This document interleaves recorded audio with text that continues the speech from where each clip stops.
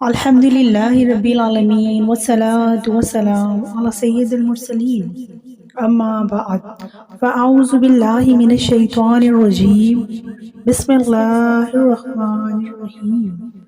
Assalamu alaikum. Most welcome guys in my channel. I am your host Nehanas.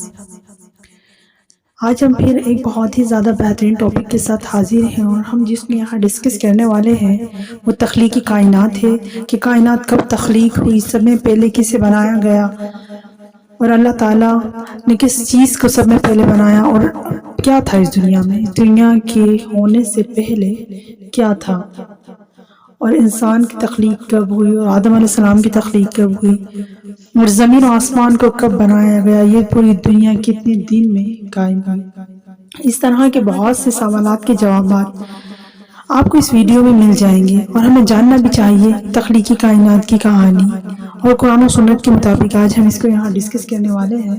چلیں تو بڑھتے ہیں اپنے ٹاپک کی طرف۔ اللہ تعالیٰ فرماتا ہے، اللہ ہر چیز کا پیدا کرنے والا ہے، اور وہی ہر چیز پر قدرت رکھنے والا ہے۔ اللہ تعالیٰ وہ ہے جس نے آسمانوں، زمین اور اس کے درمیان کی سب چیزوں کو 6 دن میں پیدا کر دیا، پھر عرش پر جلوہ فرما ہوا۔ مزید اللہ تعالیٰ سورہ حدید آیت نمبر 4 میں فرماتا ہے، اور وہی ہے جس نے آسمانوں اور زمین کو 6 دن میں پیدا کیا، پھر عرش پر جلوہ فرما ہوا، اور وہ خوب جانتا ہے اس چیز کو جو زمین میں جائے اور اس کو جو نکلے، اور جو آسمان سے نیچے آئے اور جو کچھ اس میں چڑھ کر جائے، اور جہاں کہیں تم ہو وہ تمہارے ساتھ ہے، اور اللہ تمہارے اعمال کو دیکھ رہا ہے۔ اس ہی طرح اللہ تعالیٰ سورہ ہود آیت نمبر 7 میں فرماتا ہے، اللہ ہی وہ ذات ہے جس نے 6 دن میں آسمانوں اور زمین کو پیدا فرمایا، اور اس کا عرش پانی پر تھا۔ امام احمد بن حنبل رحمۃ اللہ علیہ ابو رزیم عقیدی سے بیان کیا، انہوں نے کہا، اے اللہ کے رسول، آسمانوں اور زمینوں کو پیدا کرنے سے پہلے ہمارا پروردگار کہاں تھا؟ آپ صلی اللہ علیہ وسلم نے فرمایا، ہوا میں تھا، یعنی اللہ کے سوا کچھ بھی نہ تھا، نہ اس کے اوپر ہوا تھی نہ اس کے نیچے ہوا تھی، مطلب یہ کہ کچھ نہ تھا۔ پھر اس نے پانی پر اپنا عرش پیدا کیا، گویا یہ تھی مخلوق کی ابتدا۔ امام احمد، امام ترمذی، امام ابو داؤد اور بہت سے دوسرے محدثین رحمون مولانا نے سیدنا عبادہ بن صامت رضی اللہ تعالیٰ عنہ کی روایت بیان کی۔ وہ کہتے ہیں کہ میں نے رسول اکرم صلی اللہ علیہ وسلم کو فرماتے سنا کہ آپ صلی اللہ علیہ وسلم نے فرمایا، اللہ تعالیٰ نے سب سے پہلے قلم کو پیدا کیا، پھر اللہ نے اس کو حکم دیا، لکھ، چنانچہ وہ اس وقت چل پڑا اور قیامت کے دن تک ہونے والی ہر چیز لکھ دی۔ یہ اللہ کا علم تھا جس کو قلم نے اس کے حکم کے مطابق لوح محفوظ پر لکھا۔ امام مسلم رحمۃ اللہ علیہ نے سیدنا عبداللہ بن عمیر بن عاص رضی اللہ تعالیٰ عنہ کی روایت بیان کی ہے، اس میں سب سے پہلی چیز کی وضاحت بیان کی گئی، اور جمود رفاق کی رائے بھی یہی ہے کہ عبداللہ بن عمر رضی اللہ تعالیٰ عنہ بیان کرتے ہیں کہ میں نے سنا آپ صلی اللہ علیہ وسلم فرما رہے تھے، اللہ تعالیٰ نے زمین آسمانوں کی پیدائش سے 50,000 سال پہلے تمام مخلوقات کی تقدیر لکھ دی، اور اس وقت اس کا عرش پانی پر تھا۔ اس حدیث مبارک سے واضح ہو گیا کہ سب سے پہلے پانی، اور پھر پانی پر عرش پیدا کیا گیا، پھر قلم کی پیدائش ہوئی، اس کی تقدیر تحریر کی، پھر آسمانوں اور زمینوں کی تخلیق کی، اور جس حدیث میں آیا کہ ابتدا میں قلم کو پیدا کیا گیا، اس کا مطلب یہ ہے کہ اس جہان کی مخلوقات میں سب سے پہلے قلم کا نمبر ہے، نہ کہ باقی تمام جہانوں کی مخلوقات میں پہلا نمبر ہے، اور اس کا تذکرہ بخاری شریف کی اس حدیث میں بھی ہے۔ یمن سے آئے ہوئے ایک وقف نے رسول اللہ صلی اللہ علیہ وسلم سے کہا، ہم آپ کے پاس دین کی سمجھ اور ابتدائے خلق کے بارے میں پوچھنے کے لیے آئے ہیں، یہ کہ سب سے پہلے کیا چیز تھی؟ آپ صلی اللہ علیہ وسلم نے فرمایا اللہ تھا اس سے پہلے کوئی چیز نہ تھی، اس کا عرش پانی پر تھا، پھر اس نے لوح محفوظ پر ہر چیز کو لکھ دی اور آسمان اور زمین کو پیدا کیا، یعنی ابتدا میں پانی، پھر عرش کی تخلیق ہوئی، پھر قلم کی پیدائش ہوئی۔ اس نے سب کچھ لکھ دیا۔ علماء کرام کا بیان ہے کہ قلم کے فوراً بعد لوح محفوظ کو پیدا کیا گیا، چنانچہ یہ قلم نے لوح محفوظ میں ہر چیز کو لکھ دی۔ اس کے بعد کائنات کی باقی مخلوقات اور آسمان زمین کی پیدائش وجود میں آئی۔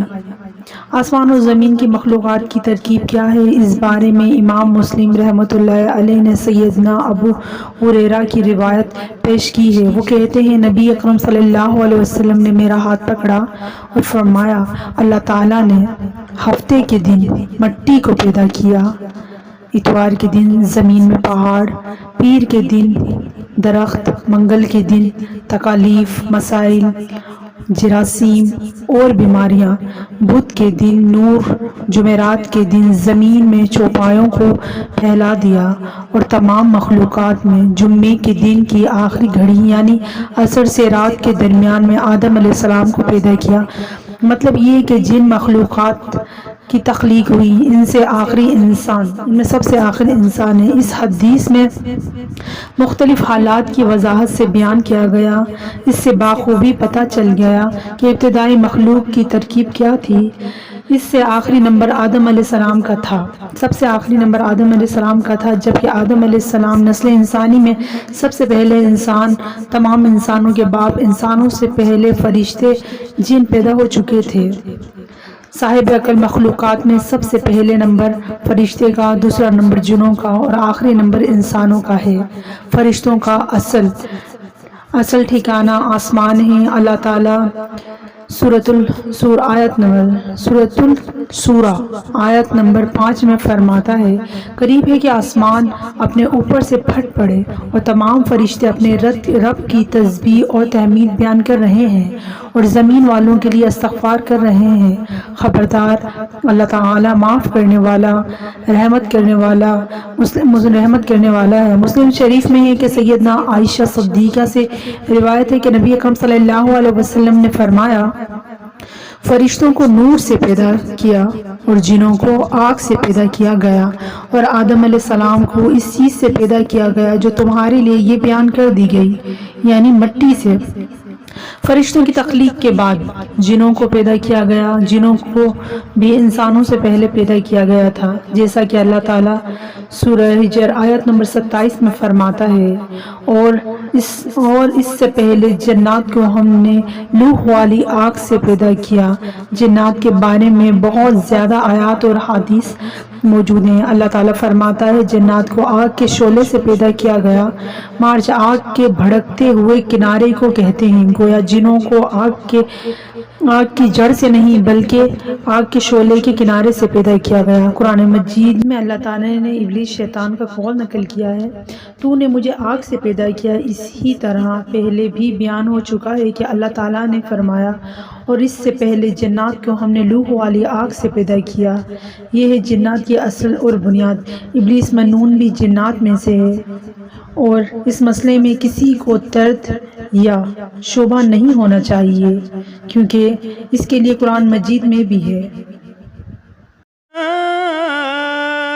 ابلیس کان من الجن، اور ابلیس جنوں میں سے تھا، مطلب یہ کہ وہ فرشتوں میں سے نہیں تھا۔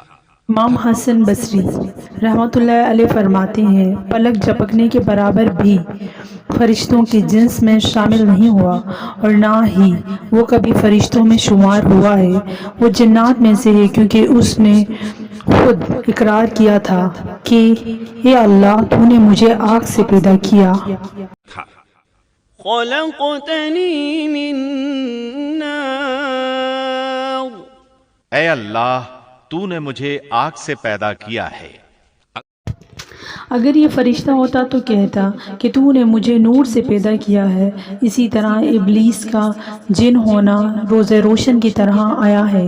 سیدنا عبداللہ بن عمر اور سیدنا عبداللہ بن عباس رضی اللہ تعالیٰ عنہ فرماتے ہیں آدم علیہ السلام سے 2000 سال پہلے جنات پیدا کیے گئے۔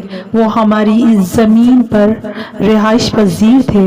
آہستہ آہستہ وہ فسور فتور میں مبتلا ہو گئے۔